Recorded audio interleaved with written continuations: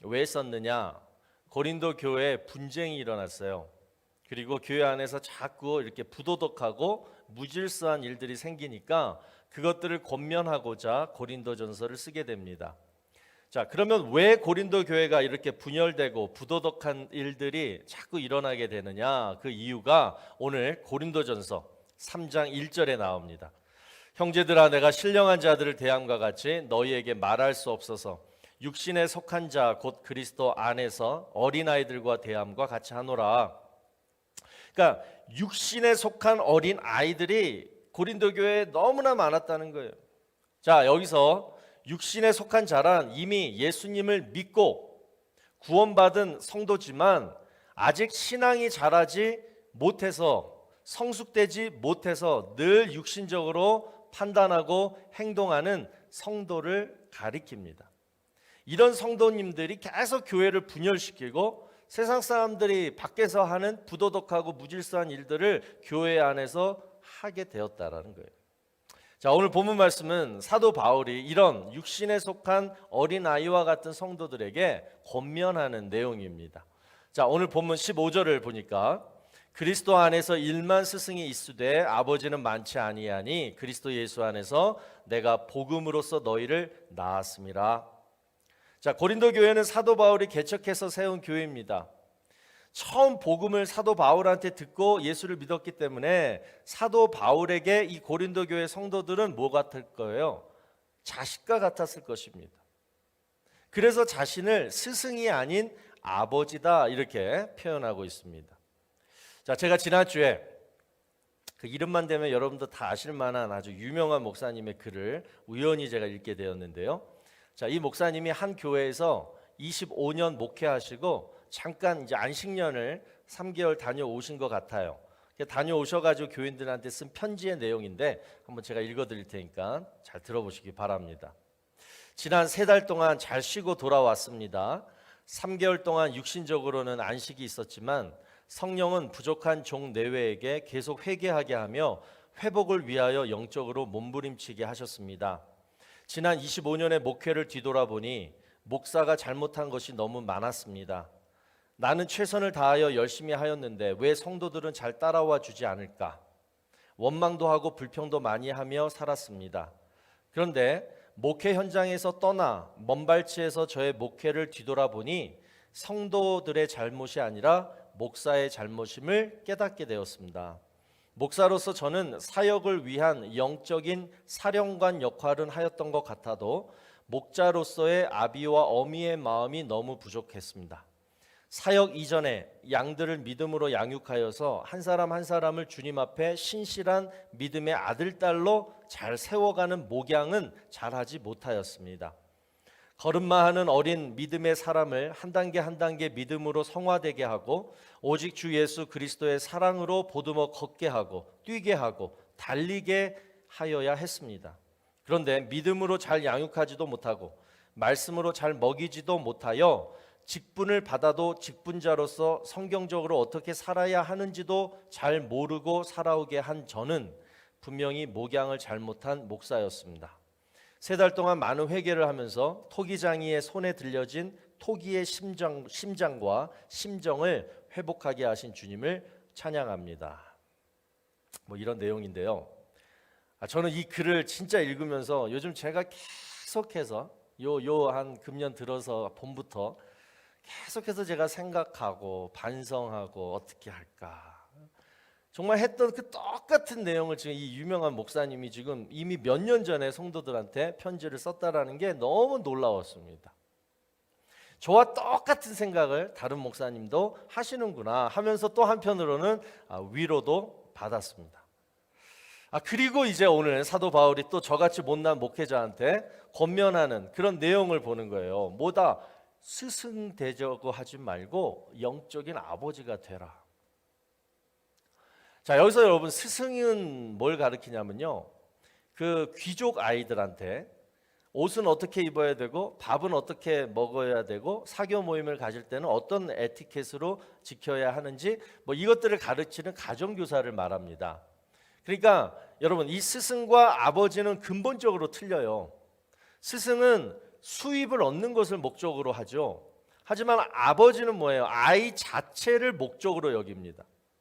또 스승은 어느 정도 책임을 가지고 가르치려고 하지만 아버지는 뭐예요? 그 아이의 인생을 책임지려고 합니다. 또 스승은 문제 많고 문제 많은 아이들보다 뭐예요? 공부 잘하고 순종 잘하는 아이들을 더 사랑하고 관심을 갖지만 아버지는 뭐예요? 아무리 못난 자식이라 할지라도 그냥 애정을 가지고 돌봐줍니다. 여러분, 왜 이렇게 스승과 아버지의 차이가 클까요? 그 이유는 딱 하나죠. 내가 낳은 자식이기 때문에. 내 자식이기 때문에. 하나님도 시편 2편 7절에서 분명히 말씀하고 있어요. 자, 보시면 시편 2편 7절. 너는 내 아들이라 오늘 내가 너를 낳았도다. 하나님도 스승이 아닌 아버지의 마음으로 우리를 돌봐주신다는 거예요. 그러면서 우리 모든 아버지들한테 오늘 권면하십니다. 스승이 아닌 아버지의 마음으로 가정을 돌봐라. 또한 목사를 포함해서 모든 교회 직분자들도 스승이 아닌 아버지의 마음으로 교회를 돌봐라. 자, 오늘 이 말씀으로 우리 각자의 사명을 다시 한번 돌아보는 은혜가 있기를 바랍니다. 자, 그러면 영적인 아버지들은 가정에서나 교회에서나 어떻게 살아야 되느냐? 자, 영적인 어른 아버지가 되려면 어떻게 해야 되느냐? 자, 첫 번째가 뭐냐면요, 권위가 있어야 됩니다. 자, 어떤 권위냐면 뭐 이런 권위가 아니라 순종하고 도와줄 수 있는 권위가 있어야 된다는 거예요. 그러니까 우리 아버지가 말 한마디 하면 어쩔 수 없이 우리 자녀들이 이렇게 정말 순종하게 되는, 또는 우리 교회 뭐 어떤 예를 들면 구역장님이 구역원들한테 뭐 하자 하면 어쩔 수 없이 정말 마음으로부터 도와주게 되는 그런 권위가 있어야지 영적인 아버지가 될 수 있다라는 거예요. 자, 그러면 이런 권위는 어디서 나오느냐? 오늘 본문 16절을 보시면, 그러므로 내가 너희에게 권하노니 너희는 나를 본받는 자가 되라. 너희는 나를 본받는 자가 되라. 본이 되는 삶이 결국은 뭐예요? 영적인 아버지의 권위를 만들어 준다는 것입니다. 그러니까 본을 못 보여주는데 나보고 영적인 아버지 대우해달라? 안 된다는 거예요. 기독교 베스트셀러 작가의 필립 얀시가 쓴 교회, 나의 고민, 나의 사랑, 제목이 참 마음에 와닿죠. 교회, 나의 고민, 나의 사랑이라는 책에 보면 필립 얀시가 한국에 와가지고요, 한국 기독교 독자들한테 한 얘기를 그 책 서두에 이렇게 써져 있습니다. 자, 읽어드릴게요. 전 세계적인 규모와 역동성을 자랑하는 한국 교회에 이와 같은 책이 과연 필요한가 하고 의아해하는 분들이 분명 있을 것입니다. 하지만 제가 보기에 유럽이나 미국 못지않게 한국에도 교회에 대한 회의에 빠져있는 젊은이들이 많은 것 같습니다. 굳이 교회라는 조직에 소속될 필요가 있을까? 종교 없이도 영적인 삶을 살 수 있는 것 아닌가? 기독교에서 하나님만 만나면 됐지 굳이 꼴보기 싫은 다른 그리스도인들과 관계를 맺어야 하는가? 이런 글을 이제 한국 독자들한테 썼어요. 그러면서 이 필립 얀시도요, 교회 나의 고민 나의 사랑이라는 이 책을 쓴 이유가 뭐냐면 자신도 한때는 교회에 실망해가지고 교회를 떠난 적이 있었기 때문이라고 말합니다. 자, 여러분, 요즘 같을 때 교회 떠나고 싶죠? 교회 가기 싫죠? 한 1년만 좀 더 쉬고 싶다. 떠나는 건 아니지만 쉬고 싶죠. 자, 왜 그럴까요? 자, 그 이유는 뭐냐면요, 진정한 교회 생활이 뭔지를 모르기 때문에 그렇습니다. 왜 내가 교회를 다녀야 하는지 그 이유와 목적을 모르고 지금까지 다녔기 때문에 무슨 일만 있으면 핑계를 대고 교회를 쉬거나 떠나게 되는 것 같습니다. 디모데전서 3장 15절을 보시면 우리가 왜 교회를 다녀야 하는지 분명하게 자세하게 설명되어 있습니다. 만일 내가 지체하면 너로 하여금 하나님의 집에서 어떻게 행하여야 할지를 알게 하려 함이니 이 집은 살아계신 하나님의 교회요 진리의 기둥과 터니라. 분명하게 직접적으로 두 가지를 말씀하고 있어요. 하나는 교회는 살아계신 하나님의 집이다라는 사실. 두 번째는 교회는 진리의 기둥과 터라는 사실. 그러니까 이 두 가지 사실만 분명히 알고 있으면 교회가 고민거리가 되지 않고 사랑할 수 있는 교회가 된다라는 것입니다. 여러분, 왜 우리는 교회를 놓고 고민할까요? 사도 바울이 방금 한 얘기를 우리가 정말 믿는다라면 어떻게 우리는 교회를 놓고 고민할까요? 교회는 하나님의 집이다. 교회는 진리의 기둥과 터이다. 내가 정말 하나님을 믿고자, 또 진리 대신 예수님을 믿고자 그분의 가르침대로 내가 교회를 다닌다라면 어떻게 교회가 고민거리가 될 수 있겠냐는 거예요. 여러분, 교회에서 하나님과 예수님을 빼버리면 그것은 교회 생활이 아닙니다. 사회생활입니다. 교회 와서 사회생활하는 거예요. 취미생활하는 거예요. 교제 나누고 한자리 하려고 동호회 다니는 거예요. 그렇게 교회를 다니면 내 만족이 넘칠 때는 교회를 사랑하게 돼요. 아, 우리 교회, 우리 교회. 그런데 내 개인적인 만족이 안 채워지면 뭐예요? 그때부터 교회가 고민거리가 되는 거예요. 여차하면 떠나는 거예요. 그런데 우리는 불행하게도, 다는 안 그렇지만 교회에서 교회 생활은 안 하고 이런 사회생활, 취미생활, 동호회 활동만 하려고 합니다. 자, 그 이유가 어디에 있느냐? 가만히 생각해 봤어요. 그 교회에 본이 되는 멘토가 없기 때문에 그런 거예요. 직분의 이름이 아니라 정말 닮고 그리고 본받고 싶은 그 멘토, 그 영적인 아버지가 없기 때문에 못 배우는 거예요. 교회 생활은 바로 이렇게 하는 거구나. 아, 신앙생활은 바로 이렇게 하는 거구나. 보고 배울 사람이 없어서 예수님을, 하나님을 그 교회에서 만나지 못하고 교회를 떠나는 성도들이 너무 많다는 거예요. 여러분, 교회와 가정은요, 보고 배울 그런 영적 아버지가 정말 필요합니다. 이 아버지들만 있으면요, 어떤 상황에서도 교회와 가정이 흔들리지 않게 됩니다. 또 두 번째로, 자, 영적인 아버지들은요, 절대로 영적으로 잠들어 있으면 안 됩니다. 본이 돼야 되고, 두 번째는 개인적으로 힘들어도 영적으로 잠들어 있으면 안 돼요. 항상 깨어 있어야 된다라는 거예요. 자, 시편 127편 2절을 보시면 여호와께서 그의 사랑하시는 자에게는 뭘 줘요? 잠을 주시는도다. 그래서 제가 웬만하면 새벽 예배 안 나온다고 여러분들한테 뭐라고 안 하잖아요. 뭐 특별 예배 뭐 이런 거 제가 이름도 잘 안 붙이잖아요. 아, 축복받아서 잠자겠다는데 왜 나오라 그래? 그 축복이 더 중요하면.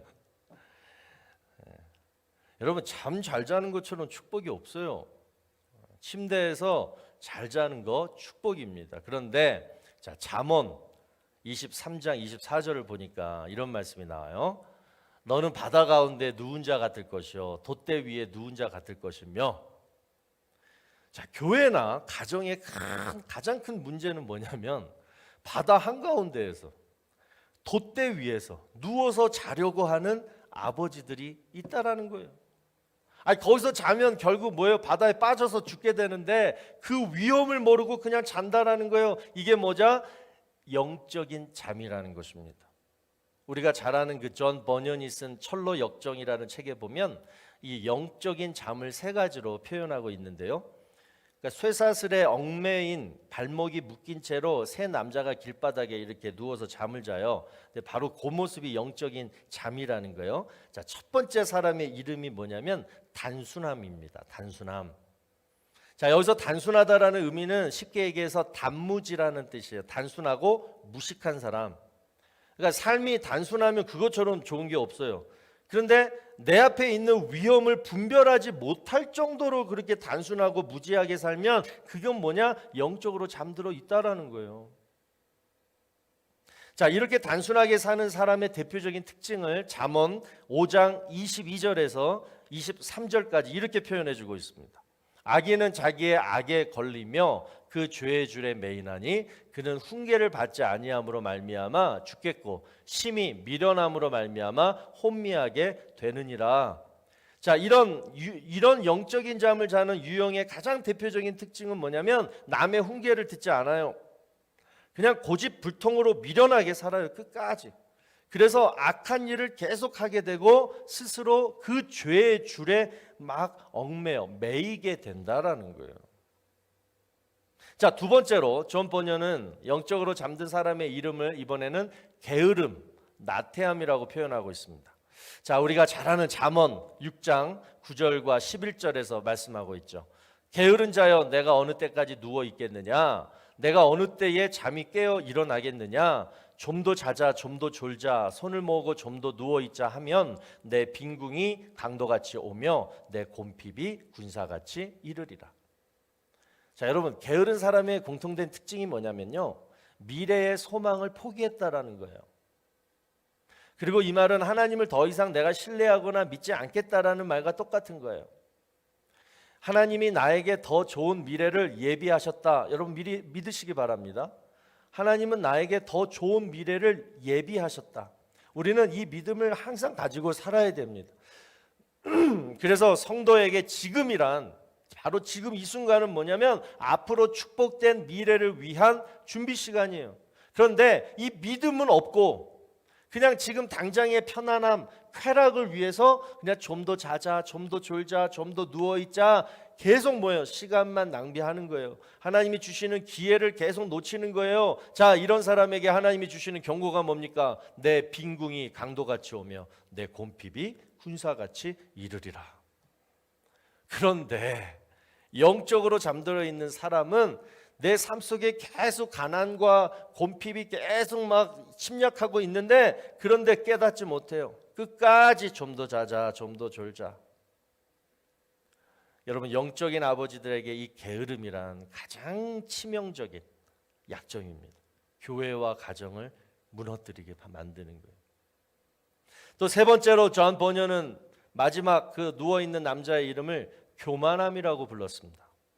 자, 순례자 크리스찬이 그를 흔들어 막 깨웠을 때 그가 이렇게 얘기해요. 사람마다 생각이 다 다른 거죠. 괜히 남의 일에 참견하지 마시고 가세요. 자, 이 얘기는 결국 뭐냐면 내 인생 내 마음대로 살겠다. 내 인생 내 마음대로 살다가 어떻게 돼도 내가 책임질 건데 왜 당신이 간섭하느냐 이거예요. 여러분, 우리가 영적으로 잠이 들잖아요. 또 다른 말로 시험이 들잖아요. 그러면요 인생의 주인이 바뀌어요. 내 심령을 내 마음을 컨트롤하는 그 주인이 바뀌어요. 예수님이 내 인생의 주인됨을 인정하지 않게 돼요. 언젠가부터. 그러면서 그 순간부터 뭐예요? 교만함이 계속 교만해지면서 그게 계속 내 인생을 파멸시키는 거예요. 여러분, 길을 모르는 운전자가 핸들을 잡으면 계속 돌다가 계속 방황만 하다가 뭐가 떨어지면 가스가 떨어지면 그 차는 딱 스탑하게 됩니다. 우리 다 아는 것 같지만 우리 인생길 모릅니다. 그렇기 때문에 한번 주님을 내 인생의 주인으로 모셨으면 여러분 절대로 핸들을 여러분이 다시 잡으려고 하지 말라는 거예요. 나의 갈 길 다가도록 그 다음에 뭐라 그래요? 예수 인도하시니 내 갈 길 다 갈 때까지 예수님이 인도하셔야 할 줄로 믿습니다. 나의 갈 길은 하나님만 아시기 때문에 그러니까 절대 주인석에 핸들 잡으려고 하지 말고 끝까지 조수석에 앉아서 항상 물어보는 거예요. 주님 어떻게 가실 거예요? 아 주님 이럴 때는 어떻게 해야 돼요? 말씀 읽고 기도하고 예배 나와서 이렇게 하는 게 이게 질문이에요. 대화예요. 이렇게 물어보면서 사는 인생이 여러분 가장 평안하고 가장 확실한 축복의 인생이 되는 줄로 믿습니다. 자, 여러분 방금 제가 말씀드린 세 가지 영적인 잠, 무지함, 게으름, 교만함. 자, 이 잠에서 우리가 다 깨어나기 바랍니다. 자, 이 세 가지는 우리 인생을 파멸로 몰아갈 뿐만 아니라 내가 돌봐야 될 가정과 교회를 병들게 만드는 가장 치명적인 요소라는 것 기억하게 되시기를 바라고. 자, 마지막 세 번째로 영적인 아버지들은 어떻게 살아야 되느냐? 예수의 마음을 품고 살아야 됩니다. 우리 이문수 장로님 앞에서 다 적고 계시는데요. 내가 볼 거예요. 얼마나 영적인 아버지가 잘 된. 일단 자세가 너무 좋습니다. 예수의 마음을 품고 살아야 된다. 빌립보서 2장 5절을 보시면 너희 안에 이 마음을 품으라 곧 그리스도 예수의 마음이니. 자, 우리 영적 아버지들이 품어야 될 그리스도 예수의 마음은 여러분 뭐냐면 첫 번째로 관용입니다. 관용. 자, 빌립보서 2장 1절을 보시면요. 그러므로 그리스도 안에 무슨 권면이나 사랑의 무슨 위로나 성령의 무슨 교제나 긍휼이나 자비가 있거든. 자, 여기서 권면은 바로 저게 영어로 encouragement예요. 격려. 그러면서 또 그 뒤에 나오는 위로, 긍휼, 자비, 이 모든 게 다 뭔다면요, 관용하는 사람들의 삶의 모습이라는 거예요. 자, 전 그 경북대 총장을 역임하신 박찬석 교수님이 쓰신 글인데요. 이 글을 카톡으로 저희 아버님이 저한테 보내주셨어요. 한 몇 달 전에. 그래서 내가 이거 킵했다가 아버지 주일날 설교 때 꼭 쓰리라 애껴뒀다가 제가 오늘 하는 건데요. 잘 들어보세요. 나의 고향은 경남 산청이다. 지금도 비교적 가난한 곳이다. 그러나 아버지는 가정 형편도 안 되고 머리도 안 되는 나를 대구로 유학을 보냈다. 대구 중학교를 다녔는데 공부가 하기 싫었다. 1학년 8반, 석차는 68명 중에 68등, 꼴찌를 했다. 방학이 돼서 부끄러운 성적표를 가지고 고향에 돌아가야 하는 나는 어린 마음에도 그 성적을 내밀 자신이 없었다. 아버지가 교육을 받지 못한 한을 자식을 통해 풀고자 했는데 꼴찌라니. 끼니를 제대로 잊지 못하는 소장농을 하면서도 아들을 중학교에 보낼 생각을 한 아버지를 떠올리면 그냥 있을 수가 없었다. 그래서 잉크로 기록된 성적표를 68명 중에 참 간땡이가 벌써요. 나 같으면 한 30 몇 등 정도 할 텐데 1등으로 고쳐서 아버지께 보여드렸다.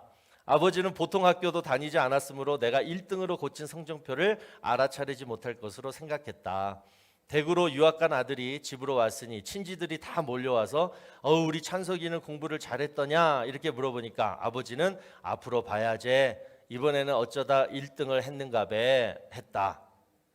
자, 명순이는, 그 아버님 성함이 명순이는 자식 하나는 잘 뒀어. 1등을 했으면 책거리를 해야지 했다. 당시 우리 집은 동네에서 가장 가난한 살림이었다.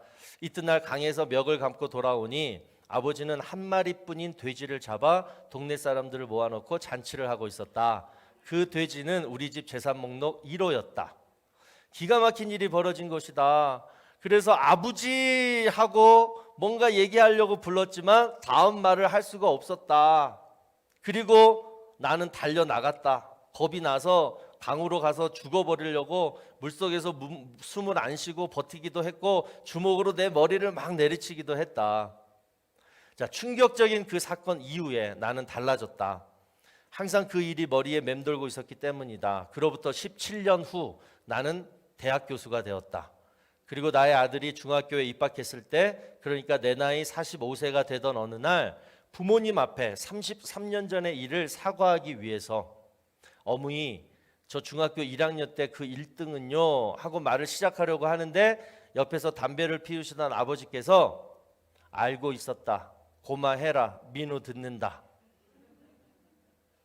자신의 위조한 성적을 알고도 재산 목록 1호인 돼지를 잡아 잔치를 하신 부모님 마음을 박사이고 교수이고 대학 총장인 나는 아직도 감히 알 수가 없다. 굉장히 감동적인 얘기죠. 여러분, 이렇게요. 아버지가 한번 자식한테 관용을 베풀면요, 그 자식은 변합니다. 잘 됩니다. 그러니까 아버지의 용서가, 그리고 말없는 격려가 못난 자식을 사람 되게 만든다는 거예요. 그래서 우리 이런 영적 아버지가 되기를 바랍니다. 두 번째로 영적 아버지가 품을 예수의 마음은, 첫 번째는 뭐예요? 관용. 두 번째는 칭찬입니다. 자, 빌립보서 2장 3절을 보시면 아무 일에든지 다툼이나 허영으로 하지 말고 오직 겸손한 마음으로 각각 자기보다 남을 낮게 여기고. 여러분, 칭찬의 목적은 두 가지예요. 칭찬하면 두 가지가 좋은 일이 생깁니다. 뭐냐? 첫 번째, 나를 겸손하게 만들어요. 그러니까 남을 칭찬하는데 내가 겸손해져요. 그리고 두 번째는 남을 기쁘게 해줘요. 얼마나 좋은 거예요. 그러니까 할 수 있으면 칭찬하는 거예요. 자, 우리가 잘 아는 책 가운데 그 있잖아요. 칭찬은 고래도 뭐 춤추게 한다. 자, 그 책에 보면요, 칭찬하는 방법이 나와요. 자, 첫 번째는, 아이고 그 빨간 색깔이라 잘 안 보이죠. 자, 칭찬할 일이 생겼을 땐 뭐 해라? 즉시 칭찬하라. 애껴두지 말라는 거예요. 내년에 해야지 그러지 말라는 거예요. 그날 그 즉시 하고. 자, 칭찬할 때 두 번째, 잘한 점은 대충 얘기하지 말고 구체적으로 얘기하라. 구체적으로. 너는 이거 해서 잘했어. 세 번째는 칭찬할 때는 가능한 한 뭐 해라? 공개적으로 칭찬해라. 칭찬하려고 하는데 너 잠깐 일로 와봐. 신발장 가가지고 속닥속닥 하면서 너 이거 잘했어. 이렇게 하지 말고 사람들 있는 데서 공개적으로 칭찬하라. 네 번째, 결과보다는 너 100점 맞아서 잘했어. 이게 아니라 뭐예요? 100점 맞기 위해서 너 지난 몇 달 동안 이거 한 거 내가 아빠가 다 봤어. 그 과정을 칭찬하라는 거예요. 과정을. 다섯 번째, 거짓 없이 딱 칭찬해도 여러분 딱 들으면 아유 저 사람 지금 나한테 너무 말도 안 되게 칭찬하네. 뽀록 나는 칭찬하지 말고 좀 마음에 와닿는 진실한 마음으로 칭찬하라. 자, 여섯 번째, 저는 이게 가장 좋았어요. 일이 잘 풀리지 않을 때는 뭐예요? 더욱 칭찬하라. 특히 가족에서, 특히 또 교회에서 잘 안 되고 있는데 지금 뭐가 잘 안 되고 있는데 자꾸 옆에서 지적질 하잖아요. 가정 안에서 그 지적질 받으면 더 서운한 거예요. 내가 아는데 지금 말 안 해도 알고 있는데. 그러니까 뭐예요? 일이 잘 안 될 때는 뭐해라? 더 칭찬해라. 아유 잘한다. 그리고 마지막 일곱 번째는 뭐다? 가끔씩 자기 자신도 칭찬해줘라. 잘하고 있어. 이 정도면 잘하고 있는 거야. 잘하고 있어. 자, 여러분, 이 일곱 가지. 오늘 파더스데이를 맞이해서 우리 가족끼리 모이거나 또는 자녀들과 전화를 하게 되면 반드시 오늘 칭찬하시기 바랍니다. 격려하시고 칭찬하세요.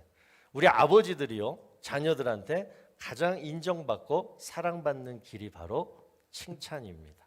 엄마들은 칭찬 안 해도 항상 좋아해요. 근데 아버지들은 칭찬 자꾸 해주십시오. 자, 한 통계조사에서 크리스찬들이 가장 상처를 받는 곳이 어디냐 물어봤는데 그게 바로 교회랑 가정이라고 합니다. 완전 아이러니예요. 하나님이 우리에게 가장 축복으로 주신 곳이 바로 가정과 교회인데 그곳이 나에게 상처받는 곳이 되었다라면 그 이유는 뭐냐? 딱 하나예요. 뭐예요? 늘 마귀한테 지고 있다라는 걸 보여주는 거예요. 자, 왜냐? 하나님이 축복하시는 곳에는 항상 마귀가 있기 때문에. 자, 그렇다면 이 마귀를 물리칠 수 있는 방법이 뭐냐? 내가 영적인 아버지들이 되는 거예요. 우리 여성도님들도 마찬가지예요. 내가 아버지 날이라 오늘 영적인 아버지가 되자 했지만 영적인 어머니가 되는 거예요. 자, 그러려면 뭐냐? 첫 번째, 영적인 권위를 가져라.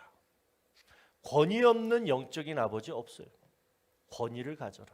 다 순종할 수 있는 권위. 그러려면 뭐해라? 본이 되어야 된다. 두 번째는 뭐다? 영적인 잠자지 않도록 늘 깨어서 기도하면서 부지런하게 내가 할 일 책임을 다해라는 거예요. 책임감을 가져라. 그리고 세 번째는 예수의 마음.